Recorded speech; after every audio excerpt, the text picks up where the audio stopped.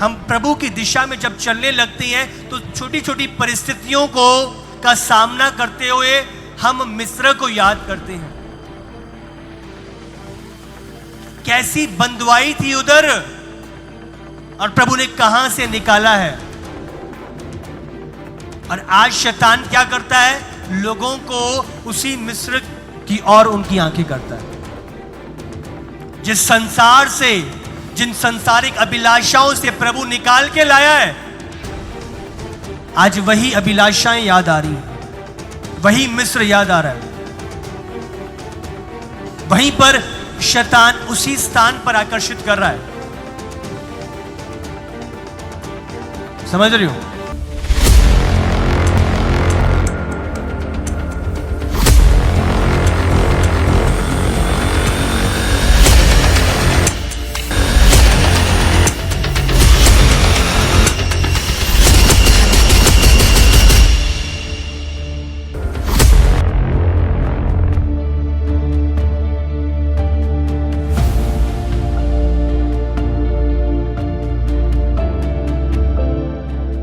Hallelujah.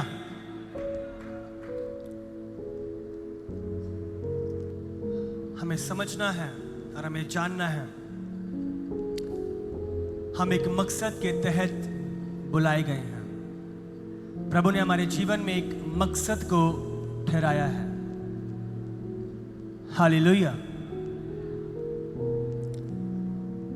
बहुत सारे लोगों के जीवनों में, मनों में, मेरे जीवन में ये हो जाए, मेरी यहाँ पे सेटिंग हो जाए, मेरे साथ इसकी मैरिज हो जाए, तो बहुत सारे ख्याल और ख्वाब लोग अपने जीवनों को लेके रखते हैं।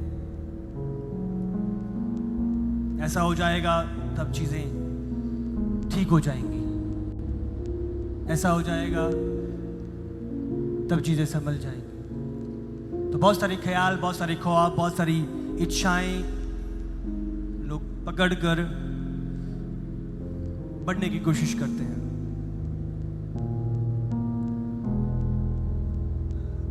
पर समय आने के बाद जानते और समझते हैं, बहुत संघर्ष के बाद भी वो चीजें उनकी लाइफ में आती नहीं और एक अफसोस रहता है।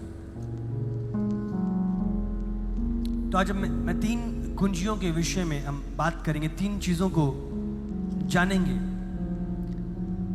जो सचमुच एक जयवंत जीवन जो प्रभु ने ठहराया है, उसके द्वारा हम जी सकते हैं। हालेलुया। निकाले यहोशू 1 उसका 1। यहोवा के दास मूसा की मृत्यु के बाद यहोवा ने उसके सेवक यहोशू से, जो नून का पुत्र था, कहा। यहोवा के दास, 3 चीजें। जो सबसे पहला है, आपको प्रभु के उद्देश्य को जानने और समझने की जरूरत है। हालेलुया। उद्देश्य प्रभु का क्या है, पर्पस प्रभु का क्या है। तो इस जगह पे लगाओ, यहोवा के दास मूसा की मृत्यु के बाद यहोवा ने उसके सेवक यहोशू से, जो नून का पुत्र था, कहा। उसके सेवक, मूसा का सेवक यहोशू। हालेलुया। मूसा का सेवक।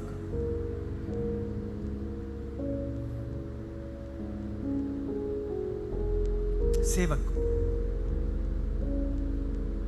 और इसी हम आगे जाके देखते हैं, यहोशू प्रभु का सेवक कहलाता है। और उसके होने से पहले वो एक मूसा का सेवक था। समझ रहे हैं? अगर आज हम एक मनुष्य के अधीन रह के कार्य नहीं कर सकते, कभी भी आप प्रभु के अधीन नहीं रह सकते।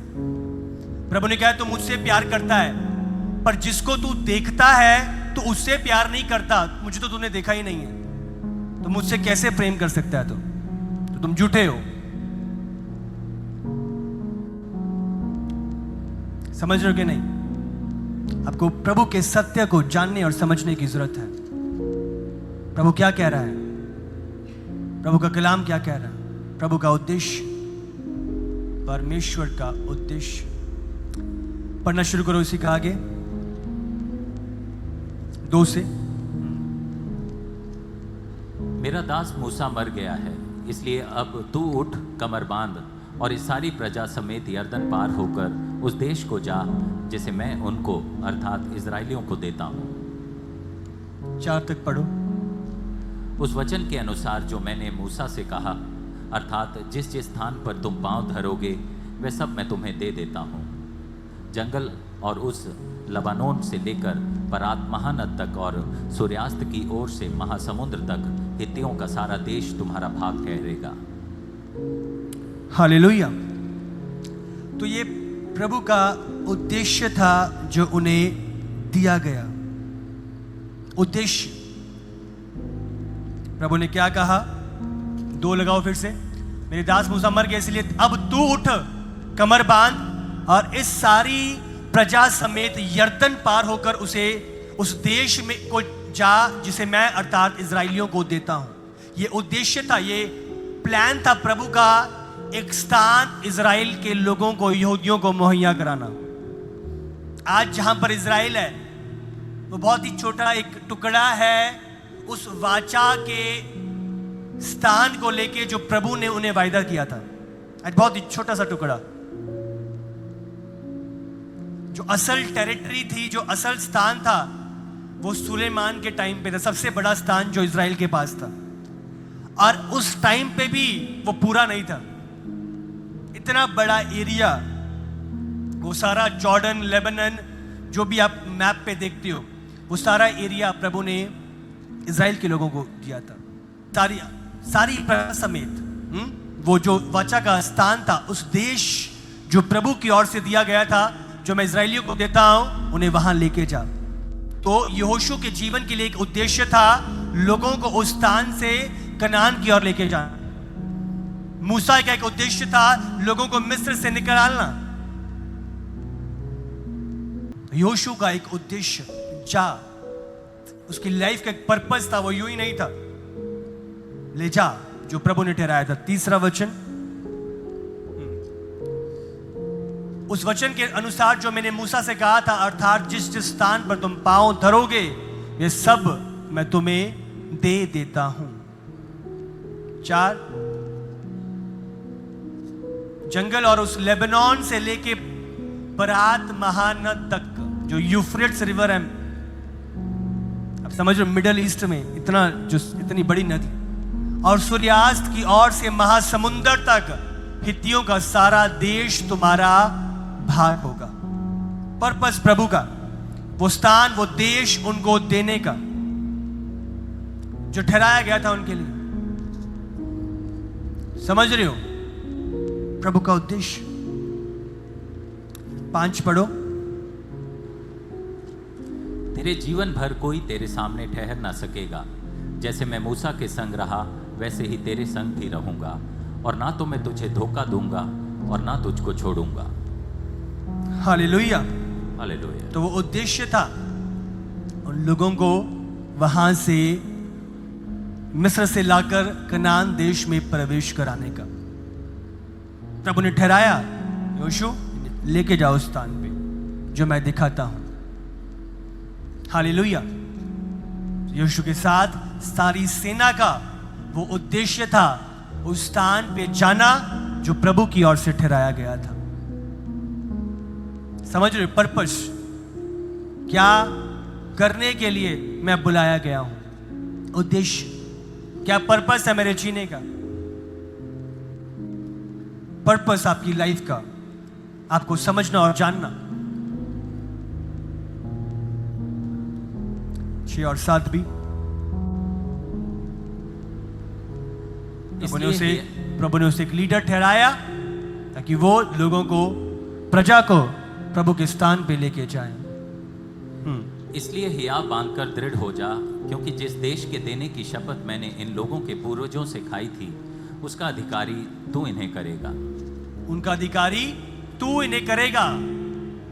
हियाव बांधकर दृढ़ हो जा, उसका एक पर्पस कि जो पूर्वजों से मैंने शपथ खाई थी, हाँ, उसका अधिकार तू इन्हें करेगा। उसका एक पर्पस था, उद्देश्य था, उनको उस स्थान पर पहुंचाने का, उनको उस स्थान का अधिकारी बनाने का।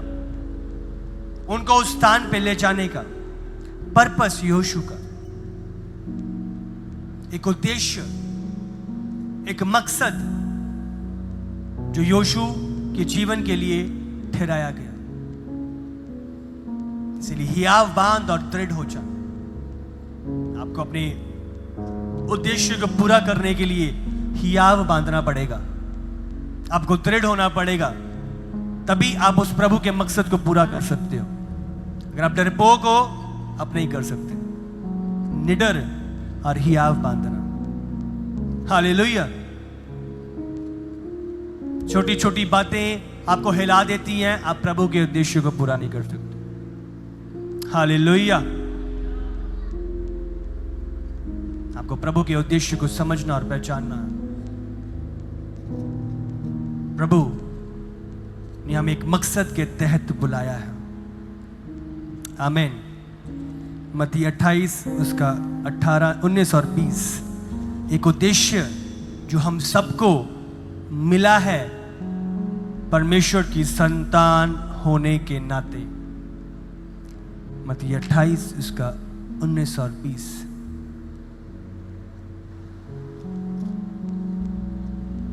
इसलिए तुम जाओ, सब जातियों के लोगों को चेला बनाओ और उन्हें पिता और पुत्र और पवित्र आत्मा के नाम से बपतिस्मा दो। 20। और उन्हें सब बातें जो मैंने तुम्हें आज्ञा दी हैं माननी सिखाओ, और देखो जगत के अंत तक सदा तुम्हारे संग हूं। हालेलुया। मैं सदा तुम्हारे संग हूं। उन्हें सब बातें जो मैंने तुम्हें मानना, जो तुम्हें आज्ञा दिया, उन्हें मानना सिखाओ। चेले बनाओ।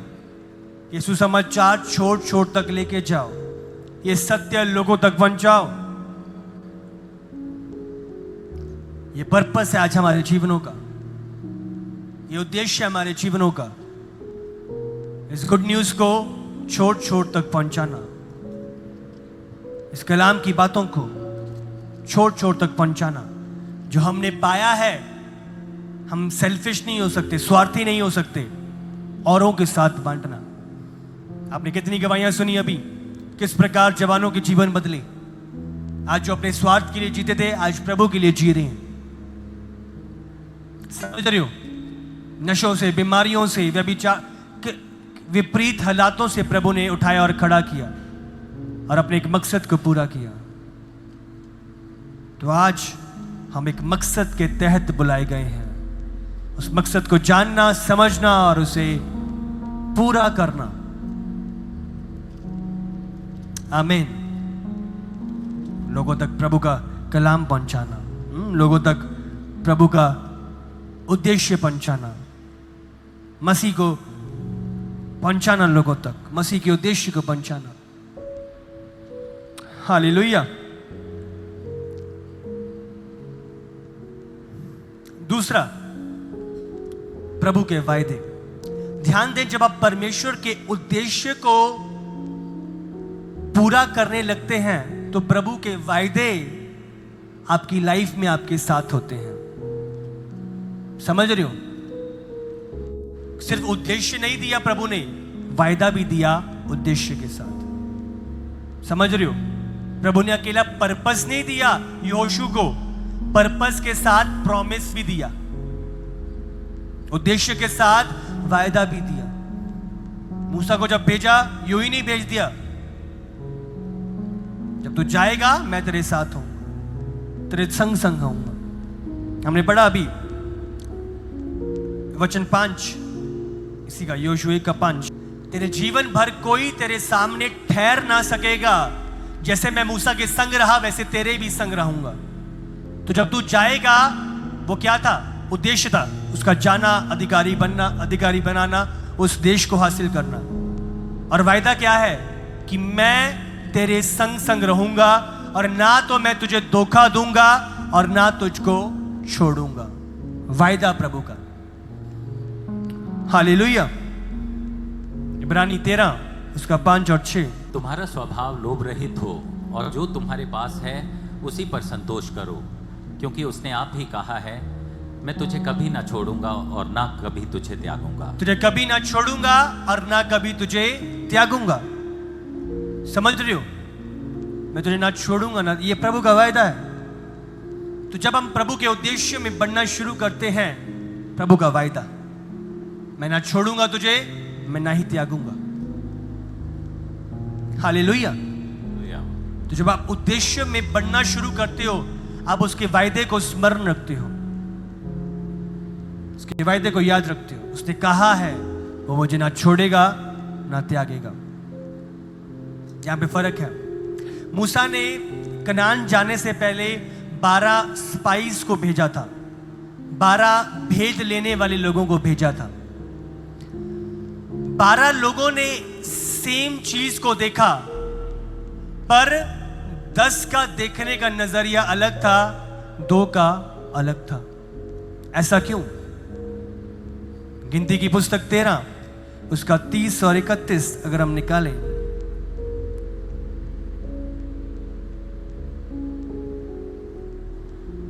पर कालेब ने मूसा के सामने प्रजा के लोगों को चुप कराने के विचार से कहा, हम अभी चढ़ के उस देश को अपना कर लें, क्योंकि निस्संदेह हम में ऐसा करने की शक्ति है।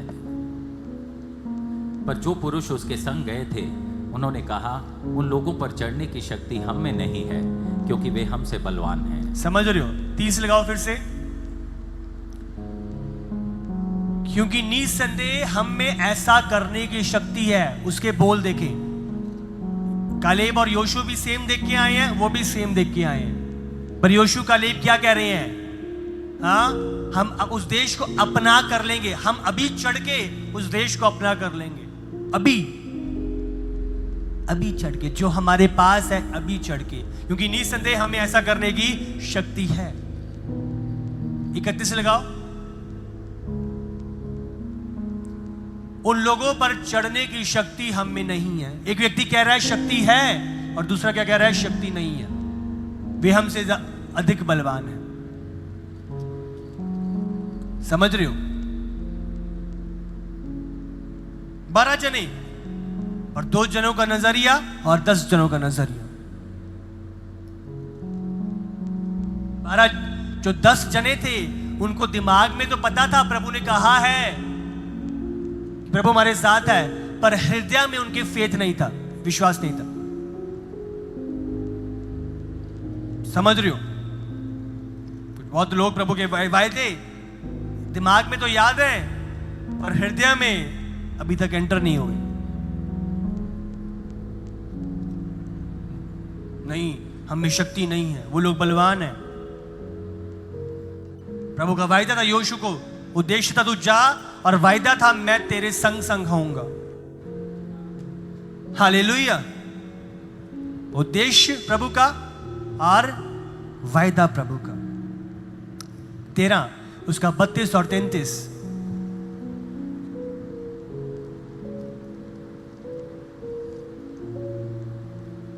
और उन्होंने इस्राएलियों के सामने उस देश की जिसका भेद उन्होंने लिया था, यह कहकर निंदा भी की, वह देश जिसका भेद लेने को हम गए थे ऐसा है जो अपने निवासियों को निगल जाता है, और जितने पुरुष हमने उसमें देखे वे सब के सब बड़े डील डॉल के हैं। फिर हमने वहाँ नपीलों को अर्थात नपीली जाति वाले अनाकवंशियों को देखा, और हम अपनी दृष्टि में उनके सामने टिड्डी के समान दिखाई पड़ते थे, और ऐसे ही उनकी दृष्टि में मालूम पड़ते थे। समझ रहे हो? वो 10 लोग क्या कह रहे हैं? वो बड़े बलवान हैं, और हम तो उनके सामने टिड्डियों के समान हैं। टिड्डियां देखी हैं? हाँ, छोटी सी ग्रास हॉपर्स, टिड्डियों के समान है हम तो उनके सामने। उनका देखने का नजरिया, वो क्या थे? अभी उन पर चढ़ाई कर लेंगे। वो प्रभु के उद्देश्य को जानते थे, प्रभु के वायदे को जानते थे। हालेलुया। हम प्रभु की दिशा में जब चलने लगते हैं, तो छोटी छोटी परिस्थितियों का सामना करते हुए हम मिस्र को याद करते हैं कि कैसी बंदवाई थी उधर, और प्रभु ने कहां से निकाला है। और आज शैतान क्या करता है? लोगों को उसी मिस्र की ओर उनकी आंखें करता है। जिस संसार से जिन संसारिक अभिलाषाओं से प्रभु निकाल के लाया है, आज वही अभिलाषाएं याद आ रही हैं, वही मिस्र याद आ रहा है। वहीं पर शैतान उसी स्थान पर आकर्षित कर रहा है। समझ रही हो? इब्रानी 3 उसका 18 और 19।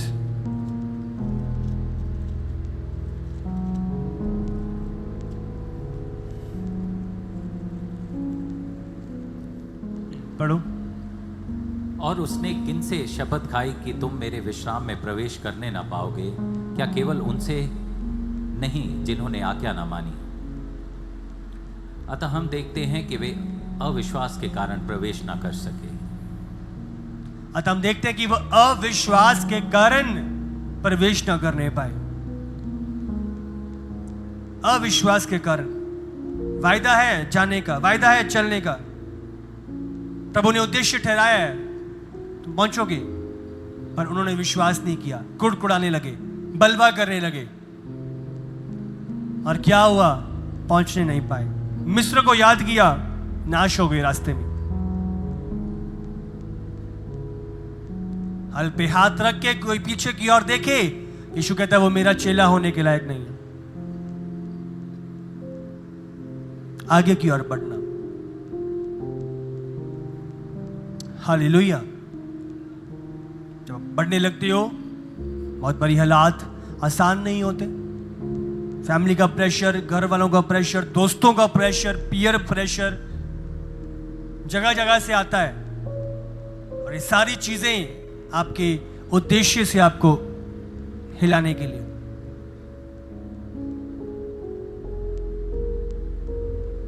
आपको स्मरण रखना है, आपको बढ़ते जाना है।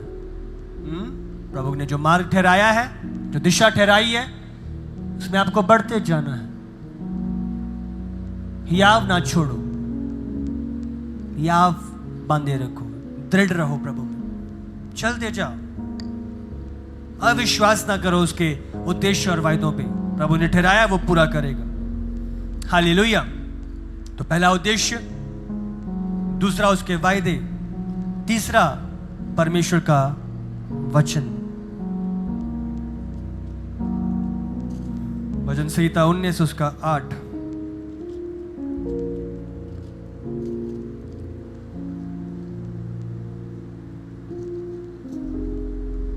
यहोवा के उपदेश सिद्ध हैं, हृदय को आनंदित कर देते हैं। यहोवा की आज्ञा निर्मल है, वह आंखों में ज्योति ले आती है। उसके उपदेश सिद्ध हैं, हृदय को आनंदित कर देते हैं, और उसकी आज्ञाएं निर्मल हैं, आज्ञा में ज्योति ले आती हैं। उसके उपदेश, उसके उपदेशों को, उसके इंस्ट्रक्शंस को, उसकी ठहराई हुई बातों को, आप समझ रही हो? उसके वायदे, उसकी बातें, वो आंखों में ज्योति ले आती हैं। उसकी आज्ञाएं निर्मल हैं। आमीन। उद्देश्य दिया, वायदा दिया, और उसके बाद प्रभु ने अपने उपदेश, अपनी आज्ञाएं यहोशू को दी। पढ़ेंगे यहोशू 1 उसका 8 और 9। 1 उसका 8 और 9। व्यवस्था की यह पुस्तक तेरे चित्त से कभी ना उतरने पाए, इसी में दिन रात ध्यान दिए रहना, इसलिए कि जो कुछ उसमें लिखा है उसके अनुसार करने की तू चौकसी कर ले, क्योंकि ऐसा ही करने से तेरे सब काम सफल होंगे और तू प्रभावशाली होगा। क्या मैंने तुझे आज्ञा नहीं दी? हियाव बांध कर दृढ़ हो जा, भय न खा और तेरा मन कच्चा ना हो, क्योंकि जहां जहां तू जाएगा वहां वहां तेरा परमेश्वर यहोवा तेरे संग रहेगा। हालेलुया। हियाव बांध कर दृढ़ हो जा और तेरा मन कच्चा ना हो। जहां जहां जाएगा तू, तेरा प्रभु तेरे संग होएगा। 8, ये व्यवस्था की पुस्तक तेरे चित्त से कभी भी अलग ना होने पाए। हाँ, इस दिन और रात इस पे ध्यान लगाए रहना, इसलिए कि जो कुछ उसमें लिखा है उसके अनुसार करने की तू चौकसी करना, क्योंकि ऐसा ही करने से तेरे सब काम सफल होंगे और तू प्रभावशाली होगा। हालेलुया। आप सफल होना चाहते हैं कि नहीं? व्यवस्था की ये पुस्तक तेरे चित्त से कभी भी अलग ना होने पाए। दिन और रात इसी पे ध्यान दिए रहना। हालेलुया। और इसी के अनुसार इसे पूरा करने की तू चौकसी रखना। समझ रही हो? इसी के अनुसार इसे पूरा करने की तू चौकसी रखना। ऐसा करने से तेरे सब काम सफल होंगे और तू प्रभावशाली होगा।